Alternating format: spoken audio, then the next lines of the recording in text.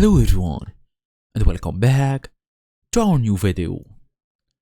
So you type a question into Perplexity AI, you hit enter and nothing happens.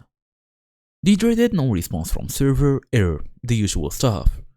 So don't really worry because this is usually a quick fix. In today's small tutorial we're gonna go through it. Go through how to fix no response from server in this app, fast and easy as usual. Let's get started.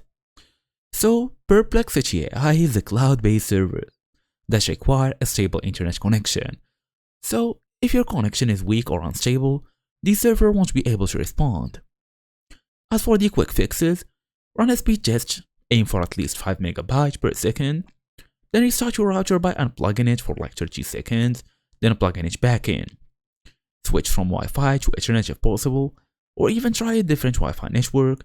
You can toggle airplane mode on and off to reset your connection. As for the step number 2, disable VPN or proxy.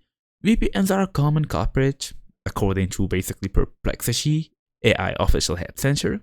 VPNs can interfere with performance due to the Cloudflare settings. To fix it, temporarily disable your VPN and try again. If Perplexity works, add it to your VPN wish list, or the whitelist. Also check your proxy settings. Uncheck use a proxy server in your internet settings, and also check the server status.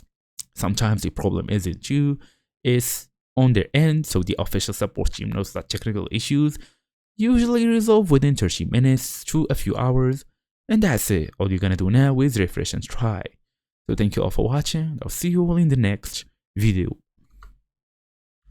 Hello